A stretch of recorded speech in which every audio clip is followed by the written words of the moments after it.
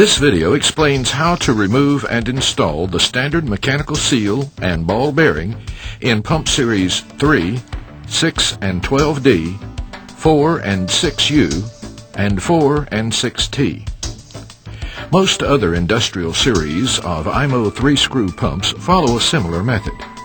Please observe all safety precautions. Keep the work environment and the pump components clean.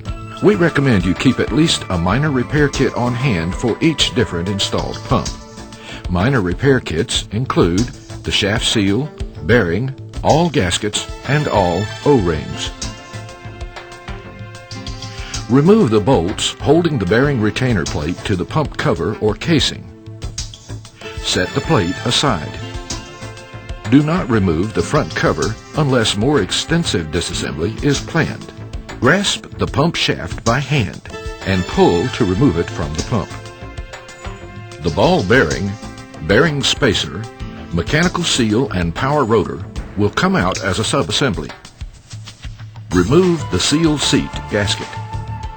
For pumps handling thick liquids, it may be necessary to remove the inlet head and thrust elements. When removed, gently tap on the suction end of the power rotor with a rubber mallet. Using a screwdriver or similar device, remove the outer bearing retaining ring halves.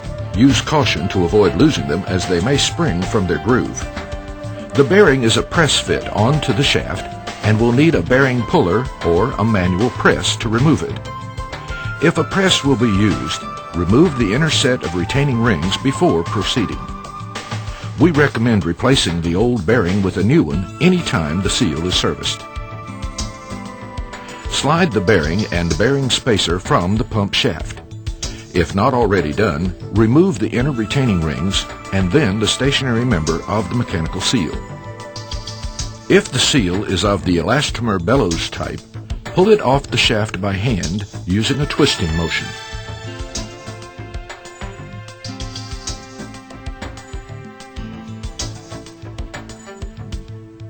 If the seal is of the set screw type, loosen all the set screws before removing the seal from the shaft.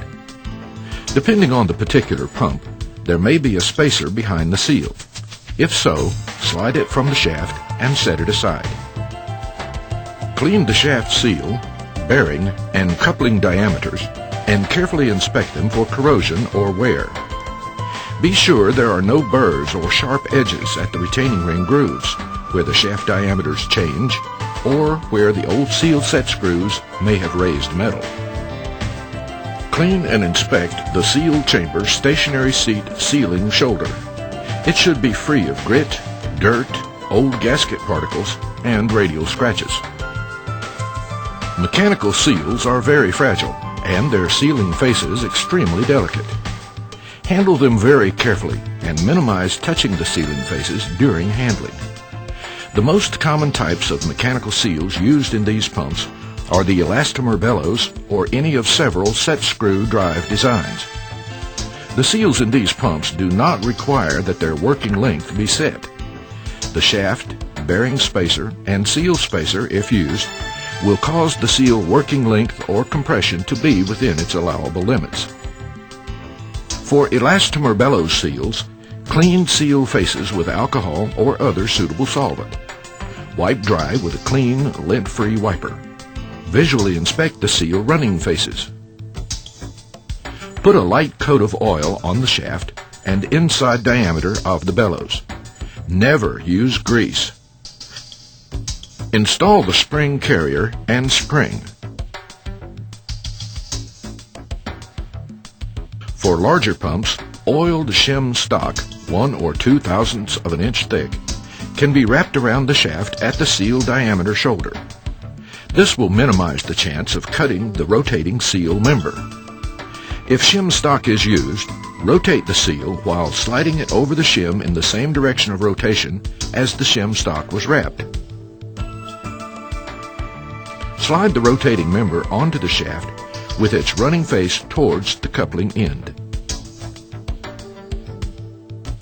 Be sure the elastomer bellows has not rolled up. The seal faces should be perpendicular to the shaft, and the uniform edge of elastomer bellows should be visible at the rear as shown. If the bellows has rolled, the faces will appear cocked and the rear edge will not protrude uniformly, as shown in this example of an incorrectly installed bellows. The bellows will increase its friction grip on the shaft within about 2 to 3 minutes, so the seal must be correctly set quickly. Clean and inspect the seal rotating face again. Put a small amount of clean oil on its face.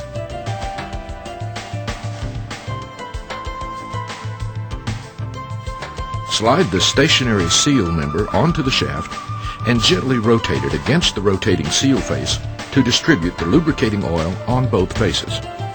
Install the inner bearing retainer ring set. Slide on the bearing spacer. Bearing spacer prongs, if any, should contact the bearing outer race, not the stationary seal seat.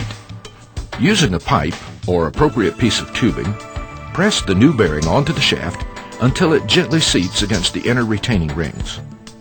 It is critical that the pressing be on the inner bearing race only, not the outer bearing race.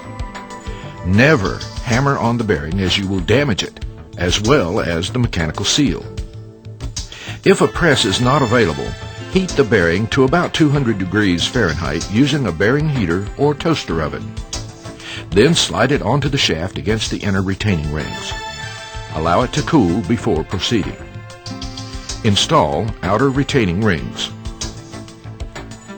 Installation of a set screw type seal proceeds in a manner very similar to the bellows type. If the old shaft is being used, be sure any high spots caused by the set screws from the old seal have been stoned or polished out.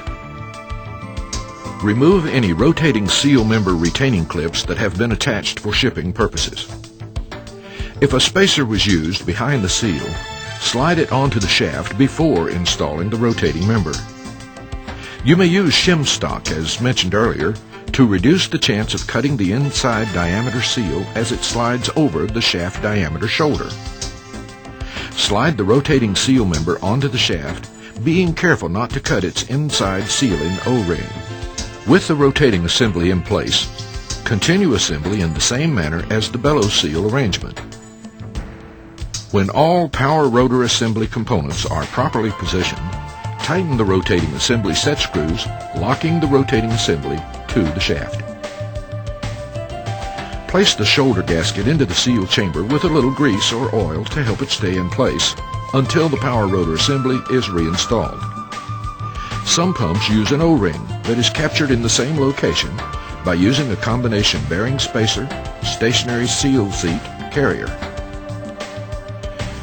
Insert the finished power rotor assembly into the pump, taking care not to disturb the position of the shoulder gasket. As the power rotor is inserted into the pump, rotate it back and forth to help it engage the threads of the idler rotors still inside the pump. Once the threads are engaged, the power rotor assembly can be pushed straight by hand all the way into the pump. Install the bearing retainer plate and torque the bolts to the torque value specified in the instruction book or assembly drawing. Over-torquing can cause the seal to leak. Note that the bearing retainer will not actually contact the pump cover, as it is intended to clamp the bearing outer race into the cover. Remove the seal chamber plug and fill the seal chamber with lubricating oil or the liquid to be pumped. Reinstall the pipe plug. This provides some lubrication and heat removal, minimizing the chances of a dry seal start. Thank you for looking to IMO Pump for your pumping needs. We have field service personnel available if you need on-site startup or maintenance supervision. We also have repair and overhaul capabilities at our manufacturing facilities if you would prefer to return pumps for our in-plant service. In-plant service normally includes a final running test as well as a new pump warranty. If we can help in any way, please feel free to call your local IMO sales office or representative. Thank you.